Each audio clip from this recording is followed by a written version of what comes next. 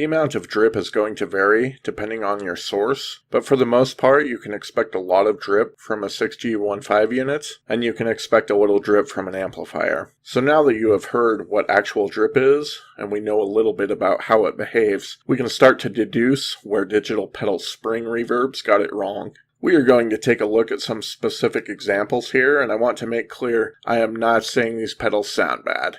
Many sound quite good, but for one reason or another, they are not nailing the sound they are emulating.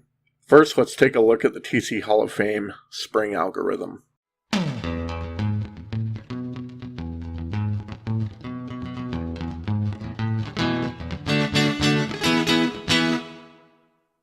So there we can hear absolutely no drip at all. For reverbs that give you no drip at all, you can try and increase the pre-delay time to give you kind of a slapback echo effect, but that's really not the same thing as drip, it just gets you in the ballpark.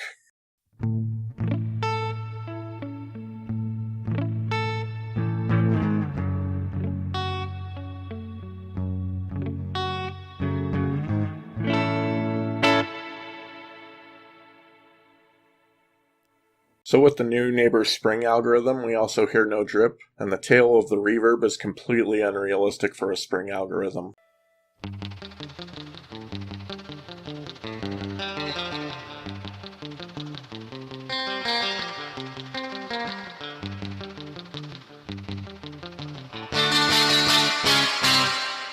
The Topanga is meant to model the 6G15 sound, and it does a great job of modeling the characteristics that make that sound, except for the drip. There is no drip present there. Instead, it sounds like some type of slapback echo effect, which is not the same thing. For reference, here is what real drip sounds like.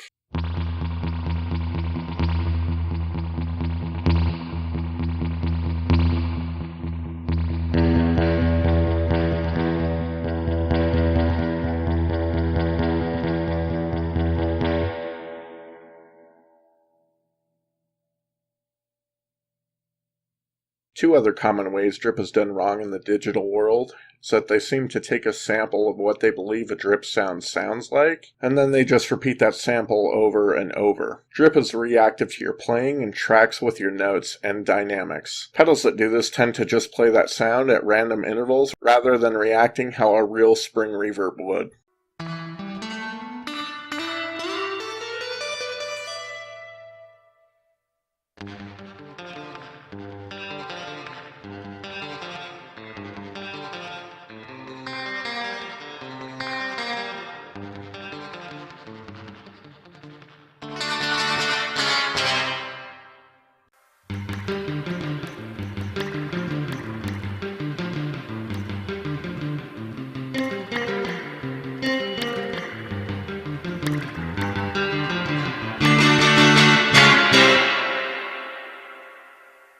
So if you're going for the 6G15 sound, there's a certain ratio. In other words, a lot of pedals that mimic amp spring reverb have the drip a lot more subdued in the sound than it is in the actual tank. If you crank up the dwell and the tone, the drip is a lot more pronounced and a bigger part of the sound in the external tanks. So if you're going for the 6G15 sound, then you want to be able to get that pronounced drip. A lot of spring reverb pedals don't offer any ability to get anywhere near that amount of drip if they even try and emulate it. The closest pedal you're going to get in digital form for that type of sound and some type of drip is the Boss FR-V1, and that is far from a perfect example of that type of sound, so let's take a listen.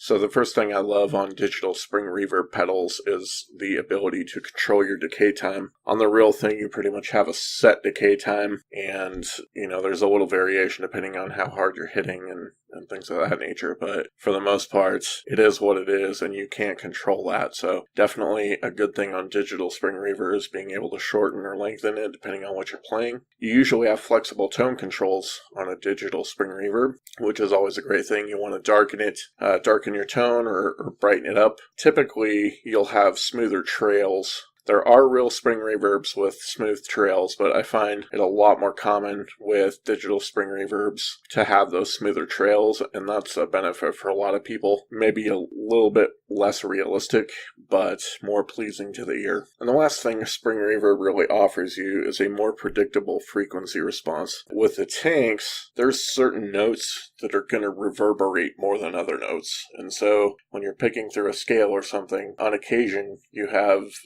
one particular note really reverberating that spring, and sometimes things get lost in the mix at that point. So being able to have a more predictable frequency response and not have those kind of runaway notes is definitely a benefit of digital spring. So hopefully this video cleared up any confusion you had regarding what drip is, what it sounds like, and what it sounds like from a true source rather than an emulation. I hope it is also clear how those pedals trying to emulate the sounds tend to get drip wrong. Just because it's advertised as spring reverb doesn't mean it has drip. Just because a pedal maker tells you it's drippy does not mean it is. It is very easy to tell if a spring reverb has drip or not. Look for some palm muted notes and listen for it. Plenty of spring reverbs do not have it, and that is fine. But if you are really looking for it, don't fall for marketing hype. Do your research and get what you want. That is my opinion. Take it for what it's worth. Thank you guys so much for watching. If you enjoyed this video, please like and subscribe and stay tuned for more pedal reviews in the future. Hope you have a great day. Thanks. Bye.